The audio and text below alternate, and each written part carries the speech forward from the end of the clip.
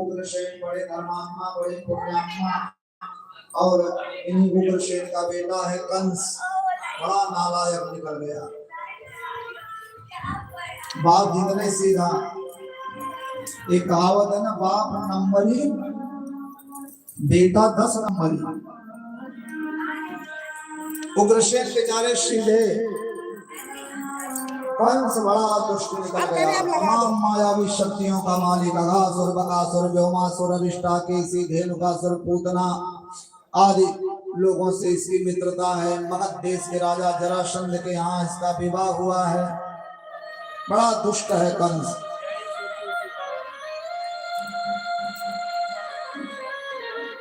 और इसी मथुरा में सूरसेन के बेटा हैं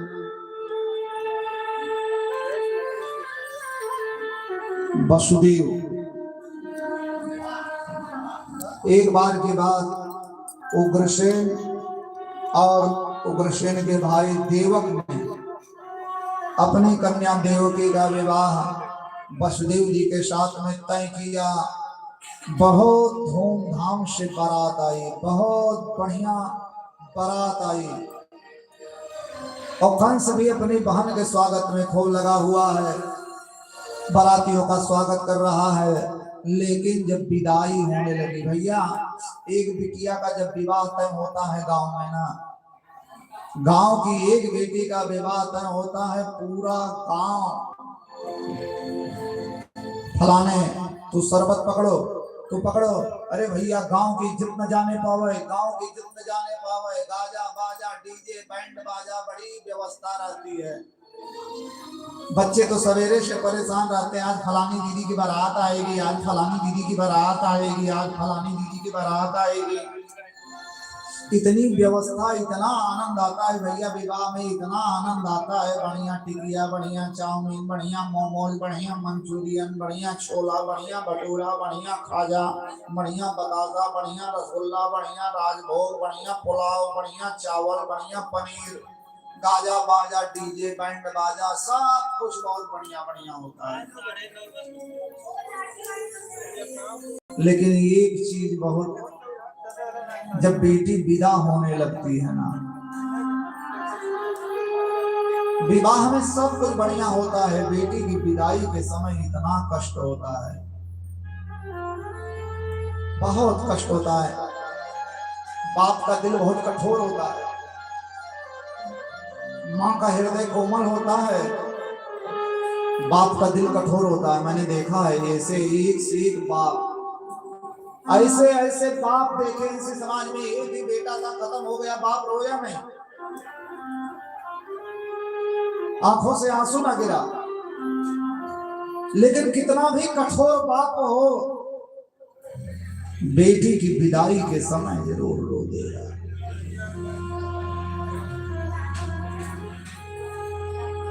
अरे बिटिया तो वो रत्न है कि अगर कहते हैं अगर घर में बेटी ना हो तो घर की ड्योढ़ी को बेटी मान लेना चाहिए।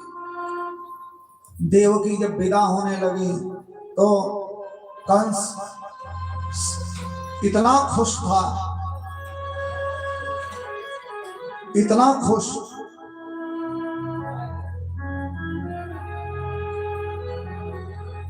सारथी को नीचे उतार दिया, मैं अपनी बहन और बहनोई को पहुंचाने के लिए 2 कदम स्वयं जाऊंगा। और रथ पर बैठ करके घोड़े की लगाम पकड़ लिया। सब लोग जय जयकारा कर रहे हैं।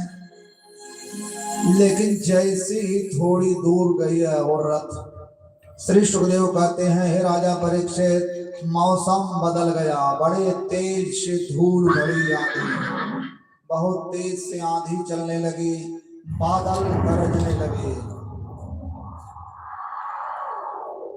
खूब तेज तेज हवा चले, बादल गरजे, बिजली चमके, और उसी बादलों की गर्जना के बीच में, उसी बिजली की चमचमाहट के बीच में बड़ी गंभीर आवाज आई, अरे मूर्ख कंस, जिस बहन को तू इतने धूमधाम के साथ में विदा करने के लिए जा रहा है, इसी देवकी का 8वां गर्भ तेरी हत्या कर डालेगा। पथे प्रग्रहिणं कंस मां भास्या शरीरवाक् अस्यस्त्वामष्टमो गर्भो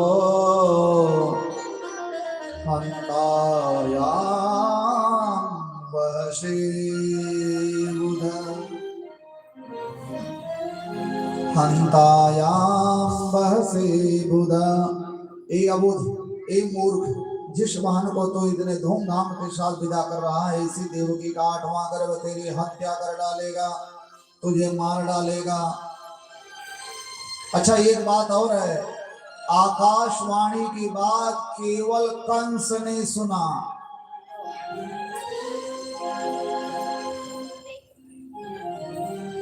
केवल कंस ने सुना। कभी कभी लोग कहते हैं ना, बोले भाई कहाँ सुने? बोले हमारी आत्मा ने कहा, हम अपनी आत्मा की आवाज सुने।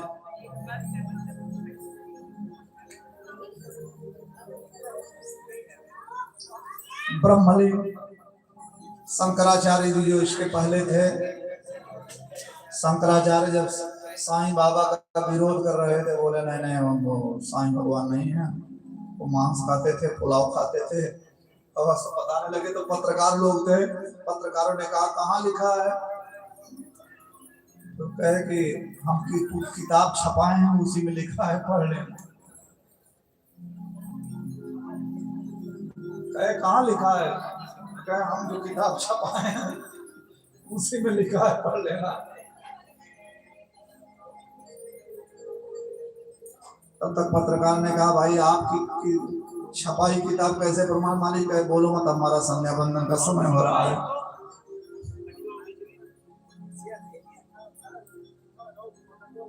उसी तरह से आकाशवाणी की बात केवल कंस ने सुना और किसी ने नहीं सुना। अच्छा एक बात और, आकाशवाणी ने नहीं कहा कि बेटा बेटी अस्यस्त्वाम अष्टमो गर्भो।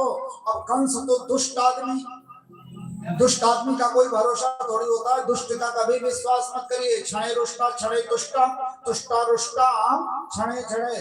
आकाशवाणी की बात को सुनकर के कंस जैसे घोड़े से कूद पड़ा और तलवार निकाल करके अपनी ब्याहता चचेरी बहन का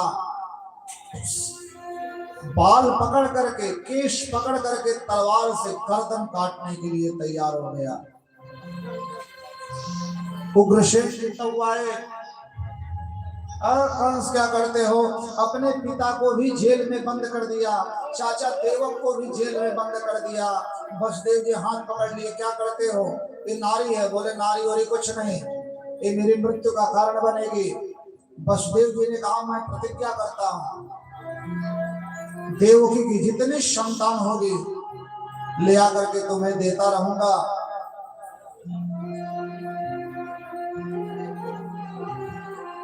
कंस को विश्वास हो गया कि वसुदेव बड़े सत्यवादी हैं।